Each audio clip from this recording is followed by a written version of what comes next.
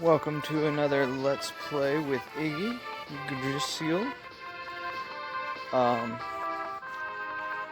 case you forgot, we just infiltrated Alvinista's castle and basically snuck into the prince's room, avoiding the guards. And the prince was being controlled by Daus, or through a minion, I guess, of Daus that was controlling the prince. And we basically saved the prince. And and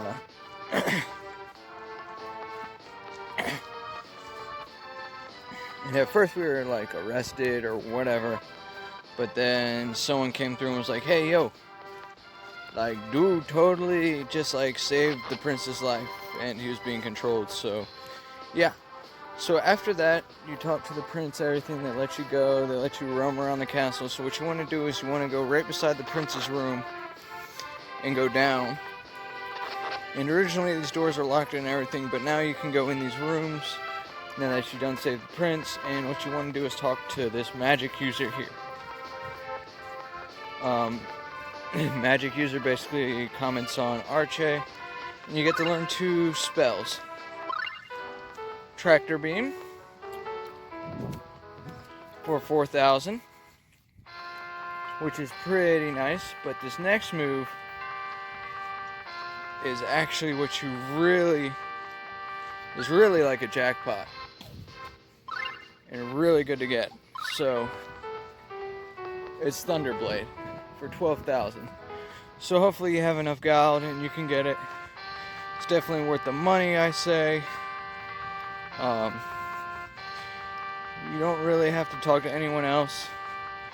This person just tells you that you can get the password and pass at the apothecary, fire spirit, blah blah blah. Dwells in the cavern that lies amid the desert of Freylin. And then on top of that, you got them just talking about Magitech. Those of you who play Final Fantasy VI, you know what Magitech is. Basically magic equipment, something that uses magic energy around her.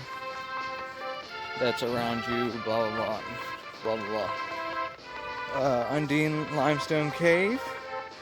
On the isolated island North Sea, the Earth Spirit Gnome dwells in the cavern of the spirits east of Belladome. Did that help? Yes, it did. So, you can talk to those people and kind of learn a little bit about where to go next. There's not really much else in the castle. I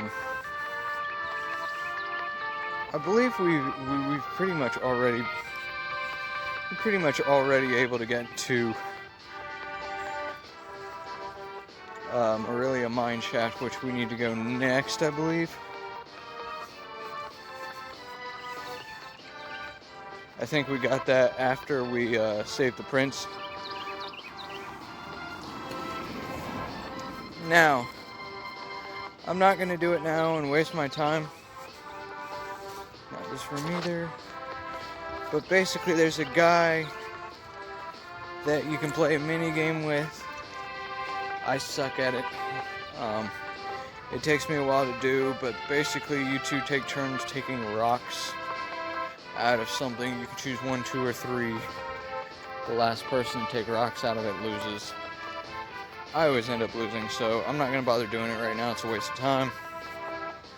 So, there's nothing else really to do around here.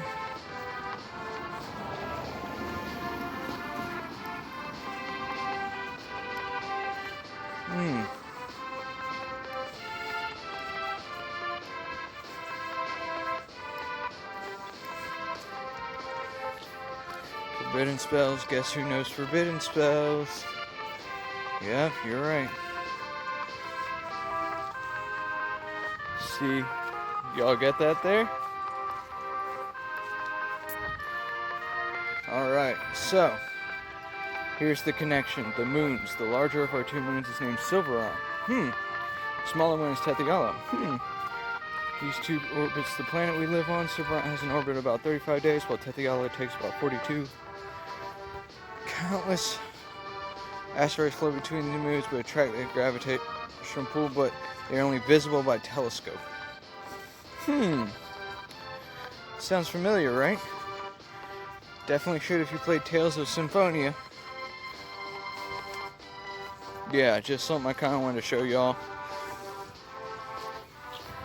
Divine gods. This room is basically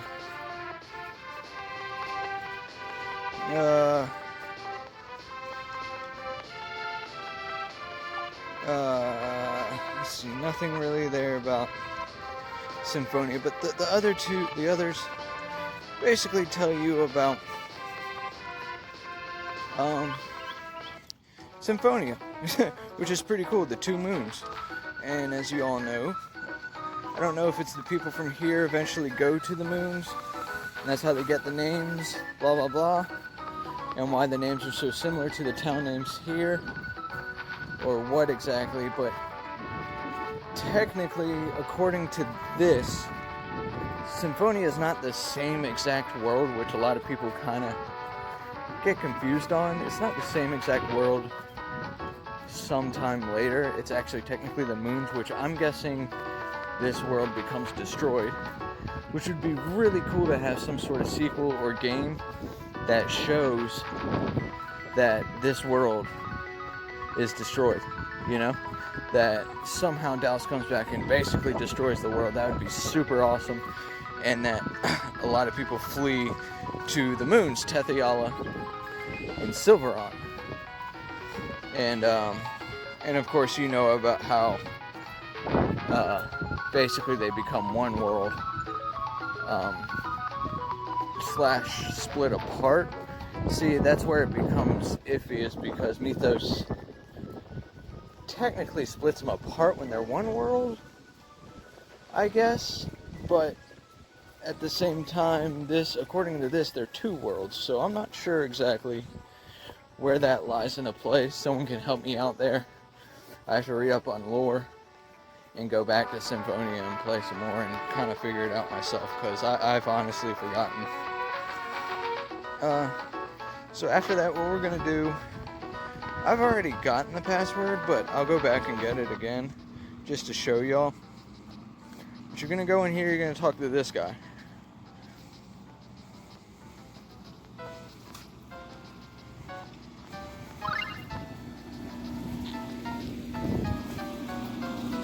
And there you are. That's the secret password. And it opens to some cave. You know what cave that is. And so I'm going to save it here. Go to the inn because Mint is dead. While y'all aren't looking. To save the embarrassment of Mint being dead. And yeah, then I'll continue a new gameplay. I just kind of wanted to get out of the castle, show you where to get those 2 spells. And there you have it. Thanks for watching.